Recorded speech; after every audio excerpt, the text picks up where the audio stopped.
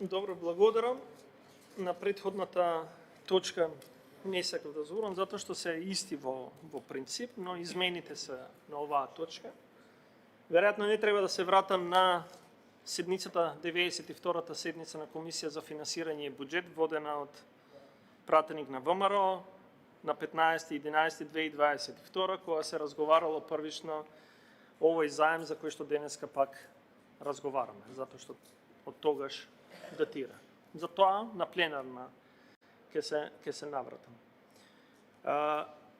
При смена на власта, двете решенија, така нареченото ИФМИС и САМИС, а ИФМИС е интегрираниот финансиски менеджмент информациски систем, САМИС е менеджмент информациски систем за водење, тоест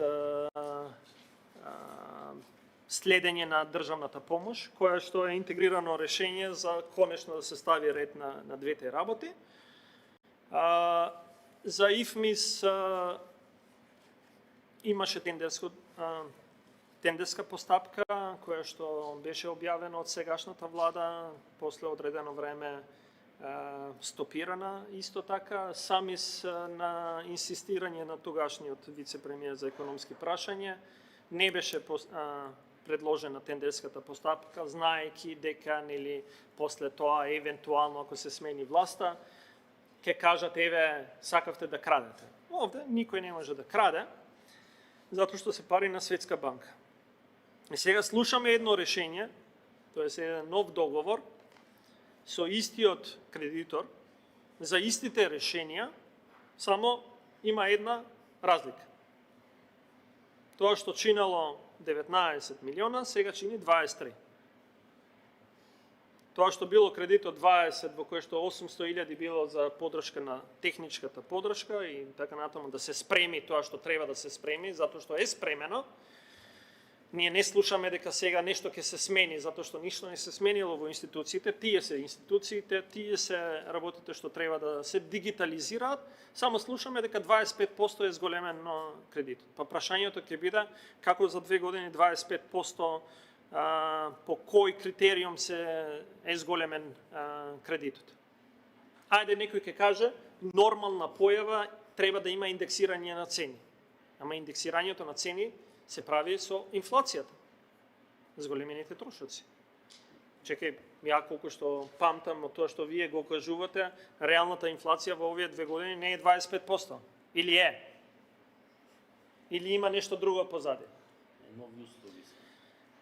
Не, има 2 система и ништо друго повеќе. Не, добро да знаеме да читаме. Барем тоа знаеме. И знаеме на 3 јазици, на сите преведени јазици, така да и освен што има техничка помош за да го координира проектот, а претходно немало, значи таа ставка е за 100% зголемена. Тоест на 0 ставка, техничка помош и координација, сега е 2 милиони евра. Зашто треба, знаеме кои, сакате име и презиме кои ќе бидат во тимот за координација на проектот, во техничката подршка. Многу сакате, ама не сум јас Бојан за да зборам со имиња, така да се викав Бојан, веројатно ќе зборев, затоа што се нафрлате, нели, и обвинители, и суди, и кади, и се живо. И затоа мислам дека се што е, овде има една убава работа, затоа што валјда ќе оставите да Светска банка си го одработи тоа што најдобро знае да го одработи. Валјда ќе го земете најдоброто решение и за ИФМИС и за САМИС. И валјда ќе оставите доволно конкурентност, па нема да донесете закон во кој што ќе се намали конкурентноста во процес во кој што веројатно само вие сте махири и знаете како тоа да го направите. Мене сакам да ми се објасни како цената пораснало за 25% и кој, што е тоа што донело до кредит поголем за 25% од првишниот планиран кредит, без менување на, вие самите кажате, на техничка документација за системите, на критериумите, на барањата и така натаму, и како тоа Тоест, ако може да ми одговорите, Државниот завод за ревизија, каков вид на ревизија ќе направи? Ревизија на успешност или ревизија на, ја викат на англиски compliance, усогласеност со законите,